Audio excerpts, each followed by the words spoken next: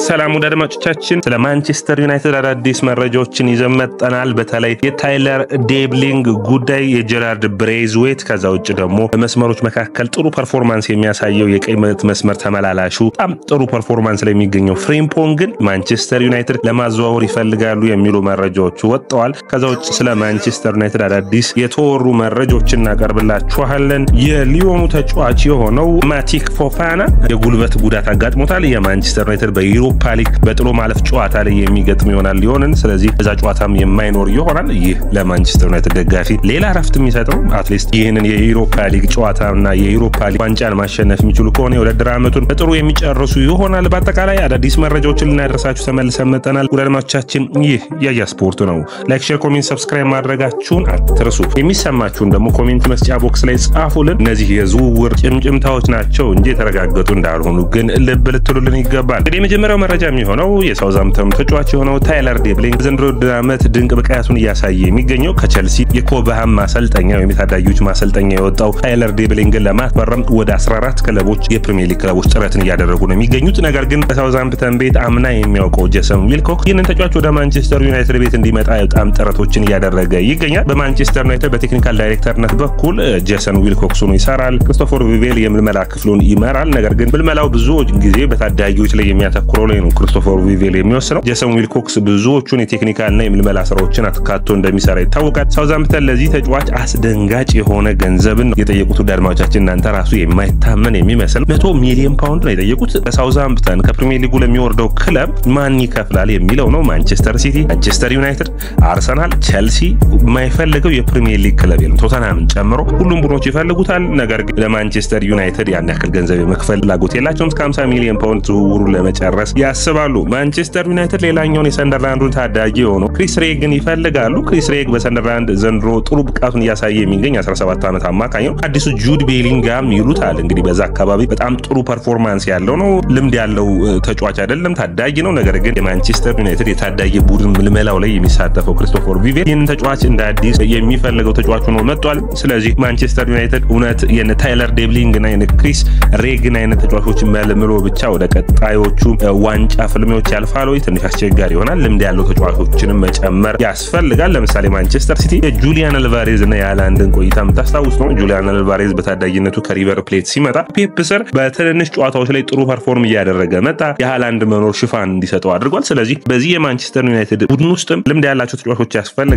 ጥሩ ለአሁኑ ወቅታዊ የሆነ ብቃታቸውን ማሳየት የሚችሉ ያ የሚጠበቅ ነው የሚሆነው። የቀድሞ የማንቸስተር ዩናይትድ ተጫዋች የሆነው ፖል ፓርክ ስለ ጋርናቾ አስተያየቱን ሰጥቷል። ጋርናቾ ጠንክሮ መስራት ይጠበቅበታል። ቤተሰቦቹን፣ ደጋፊዎቹን፣ ቡድኑን ባለፉት ጨዋታዎች ላይ እያሳዘነ ይገኛል። ብቃቱን ያለውን አቅም ማውጣት ይጠበቅበታል። በኔ እይታ አለ ፖል ፓርክ ጋርናቾ ምርጥ ከሚባሉ ከ20 ዓመት በታች ካሉ ተጫዋቾች ውስጥ አንዱ ነው። ነገር ግን ራሱን ከክርስቲያኖ ሮናልዶ ጋር ማነጻጸር የለበትም። ከዛ ይልቅ የራሱን ብቃት ለማሳየት መሞከር ይጠበቅበታል በማለት አስተያየቱን ሰጥቷል።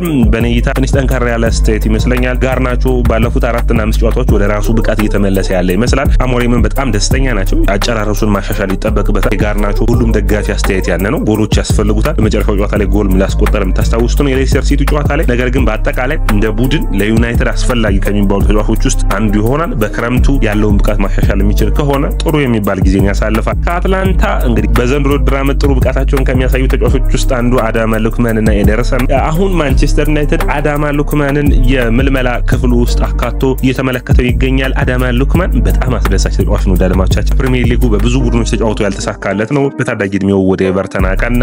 በፉልሃም በውሰት ተጫውቷል። በሌፍቲ በውሰት ተጫውቷል። በአርቢ ሌፕዚግ ተጫውቷል። በመጨረሻ ደግሞ አሁን በአትላንታ ቤት በጋስፔሬኒ ስር ምርጥ ብቃቱን እያሳየ ይገኛል።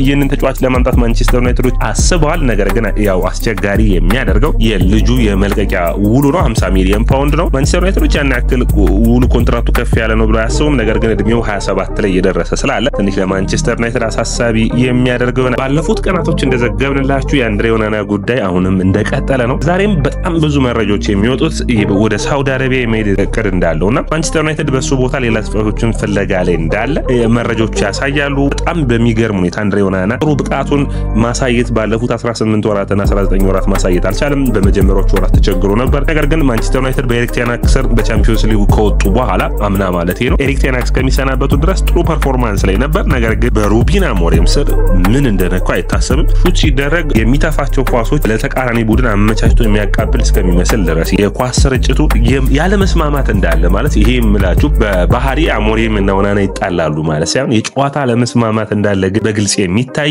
ይመስላል። ስለዚህ ያንን ተከትሎ ማንቸስተር ዩናይትድ አንዱ የሚፈልጉት የበርንሌውን ግብ ጠባቂ ጄምስ ትራፎርድ ነው። ጄምስ ትራፎርድ በጣም ጥሩ ብቃት ያለው በበርንሌም በቻምፒዮንሺፑ በጣም አስደናቂ ብቃቱን ያሳየ የሚገኝ ነው። የቀድሞ የማንቸስተር ሲቲ ታዳጊ ውጤት ነው። ማንቸስተር ሲቲም የዚህ ተጫዋች ፈላጊ ናቸው፣ ኒውካስትልም የዚህ ተጫዋች ፈላጊ ናቸው። ነገር ግን ማንቸስተር ዩናይትድ በተለይ ጄምስ ትራፎርድ አሁንም በታዳጊዎች ምልመላ ላይ እንዳሉ ይታወቃል። በጣም ጥሩ የሚባል ግብ ጠባቂ ነው። በእግሩ መጫወት የሚችል ኳሶችን ማቆም የሚችል ነው። በቻምፒዮንሺፑ ረጅም ጊዜ ሽቶችን በመጠበቅ በበርንሌ ሪካርድ ይዞ ይገኛል። በጣም አስደማሚ ነው። ወደ 11 ጨዋታዎች ላይ ደርሷል። በፕሪሚየር ሊጉ የምታውቁት ኤድዊን ቫንደርሳን ነው በማንቸስተር ዩናይትድ ቤት ለረጅም ጊዜ ጎል ሳይቆጠርበት ሽቶችን ማስመዝገብ የቻለው። ማንቸስተር ዩናይትድ ደጋፊዎቹም ሁሉም ሐሳባቸው ዋናውን ቡድን ማጠናከር በተለይ ቋሚ 11 ላይ ማጠናከር ላይ ማንቸስተር ዩናይትድ የምልመላ ክፍል መመልመል ያለበት ይመስላል።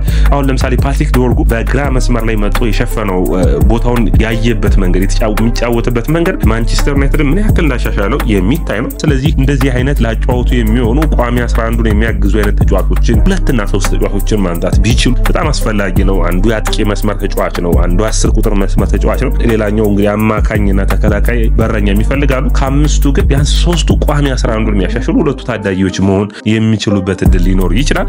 ማንቸስተር ዩናይትድ በቀጣይ ላሉበት ጨዋታዎች በቀጣይ ዓመት ለያዙት እቅድ ይህ ሁሉ አስፈላጊ ነው። የቀኝ ተመላላሹ ነገር ባለፉት የወጡት መረጃዎች ላይ ማንቸስተር ዩናይትድ የቀኝ ተመላላሹን ሁኔታ በረኛን ከማስፈረም ቀድሚያ የሚያው አይደለም የሚል ነበር። ነገር ግን አሁን የሚወጡት መረጃዎች የቀኝ መስመር ተመላላሽ የሆነው ሮጀር ፈርናንዴዝ ማንቸስተር ዩናይትድ ይፈልጋል። ሮጀር ፈርናንዴዝ ማን ነው ካላችሁ ደግሞ በስፖርቲንግ ሊዝበን የቀኝም የግራም መስመር ተጫዋች ሆኖ የሚያገለግል የሚገኝ ነው። ተመላላሽ ነው። ሩቢን አሞሪም የሚያውቀው ነው። ነገር ግን ይህ ጆቫኒ ኩንዳላጥ ማንቸስተር ዩናይትድ እንግዲህ ሌሎች ብዙ ተጫዋቾች ጋር ስሙ እየተያያዘ ይገኛል። በትናንቱ ፕሮግራማችን ላይ ትሬንካውን ብለናል። አሁን ደግሞ ሮጀር ፈርናንዴዝ ሆኖ ተያይዟል። ስለዚህ እንግዲህ የሚጠበቅ ነው። አንድ ሁለት ተጫዋቾችን መቼም ከስፖርቲንግ ሊዝበን ማምጣታቸው የሚቀር አይመስለኝም እኔ በክረምት የዝውውር መስኮት። ነገር ግን ማንቸስተር ዩናይትድ ይህንን ብቻ አይደለም ማድረግ የሚፈልገው በጥሩ ፐርፎርማንስ ላይ የሚገኘውን የቀይ መስመር ተመላላሽን ፍሪምፖንግን ይፈልጋሉ። አሁን ከሊቨርፑል ጋር ጠንካራ ፉክክር ይጠብቃቸዋል። ፍሪምፖንግ በጣም በኔ እይታ ለሩቢን አሞሪም ማጫወት በጣም የተሰራ የሚመስል ተጫዋች ነው። ለምን ፈጣን ነው፣ ቦታውን መሸፈን የሚችል ነው። ፓትሪክ ዶርጉና ፍሪምፖንግ በቀኝና በግራ ሆኖ የማንቸስተር ዩናይትድ ማጥቃት በተመላላሽ መስመሩ ላይ በጣም ያማረ ነው የሚሆነው። የተሻለ ብቃታቸውንም የሚያሳዩ ይመስለኛል። ፍሪምፖንግ 40 ሚሊዮን ፓውንድ ነው ከባየር ሊቨርኩሰን ጋር ድርድር የሚያደርጉት። በማንቸስተር መመለስ ፍላጎቱ ነው። በማንቸስተር ሲቲ ታዳጊዎች ማዕከል እንደወጣ የምታውቁት ነው። ስለዚህ አካባቢውን የሚያውቀው ሰው ነው። ስለዚህ የተሻለ ፍሪምፖንግን ማምጣት የተሻለ ሆኖ ይታየኛል። ተመላላሽነት ቦታውን የመሸፈን ፍሪምፖንግና አማድ በ10 ቁጥርና በተመላላሽነት ቦታውን በሚገባ መሸፈን የሚችሉ ይሆናል። ጋርናቾና ጥሩ የሆነ የግራግና የቀኝ ግር ሊንክ አፕ ላይ የሚያገኙት ይሆናል። አማሪፍ የሆነ አጫወትን ልናይ የምንችል ይመስለኛል። ስለዚህ ይህ ጥሩ የሚባልና አስፈላጊ የዝውውር መስኮት ነው። ፍሪምፖንግን ማምጣት ለማንቸስተር ዩናይትድ አስፈላጊ ነው። ሌላኛው ከአምና ጀምሮ ስሙ ከማንቸስተር ዩናይትድ ጋር የሚያያዘው በጣም ጥሩ ብቃቱ ላይ የሚገኘው ጀራርድ ብሬዝዌት ነው። አምና 70 ሚሊዮን ፓውንድ አልከፍልም ብለው ነበር። በኔ እይታ ጀራርድ ብሬዝዌትን ከአምና የአንድ ዓመት ያየነው ተከላካይ ይመስል ነበር። ዘንድሮ ግን ሌላ አስገራሚ ዓመትን ያሳየን ይገኛል። ስለዚህ ማንቸስተር ዩናይትድ የግራ መስመር የመሃል ተከላካይ በውድድር ዓመት ላይ አይገኝም ብዙም ጊዜ። ስለዚህ ሊቨርፑል ይፈልጓል ይህንን ተጫዋች። ነገር ግን ሊቨርፑል ከኤቨርተን ማስፈረም ስለማይችል ማንቸስተር ዩናይትድ ፈጠን ብሎ ተንቀሳቅሶ ይህንን ተጫዋች ማስፈረም ያለባቸው ይመስለኛል። ታዳጊ ነው፣ በፕሪሚየር ሊጉ ልምድ አለው። የነ ሪዮ ፈርዲናንድ አይነት ፊርማ ነው የሚሆነው። ማንቸስተር ዩናይትድ ከዚህ በፊት ፕሪሚየር ሊጉ ካሉ ተጫዋቾችን ቶሎ እያለ ማስፈረም ይችል ነበር። ያንን ወቅት የሚያስታውስ ነው። ጥሩ የሚባል ከማቲያስ ዴሊት ጋር እንዲሁም ደግሞ ከሌሎች ከነ ሌኒ ዩሮ ጋር ጥሩ ጥምረትን መፍጠር የሚችል ነው። በጣም አስፈላጊ ዝውውርም ይመስለኛል። ማዘዋወር ከቻሉ የኮንትራቱ ጉዳይ ትንሽ አሳሳቢ የሚያደርገው ይመስላል።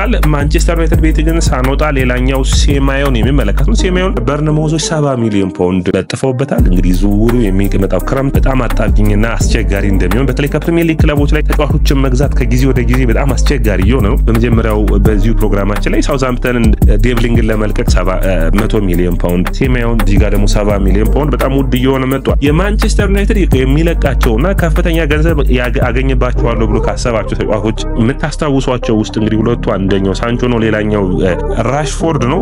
የሚመለከቱ አድሬስ እንግዲህ ፋብሪዚዮ ሮማኖ መረጃዎችን ይዞ ወጥቷል።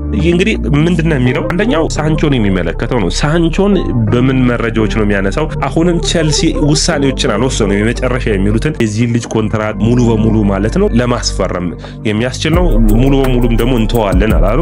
ሁለቱም ቡድኖች ቪላም እንደዚህ አይነት ስሜት ላይ ነው ያለው። ቪላም በጣም ደስተኛ ናቸው በራሽፎርድ፣ ነገር ግን አሁንም የመግዛትና አክቲቬት የማድረግ እቅዳቸውን ምንም አይነት ፍላጎት እንደሌላቸው ያሳያሉ። ስለዚህ በአመቱ መጨረሻ የሁለቱ ተጫዋቾች ውሳኔ የሚጠበቅ ነው የሚሆነው። ወደ አለማቻችን ይህ ያያ ስፖርት ነው። ላይክ፣ ሼር፣ ኮሜንት፣ ሰብስክራይብ ማድረጋችሁን አትርሱ።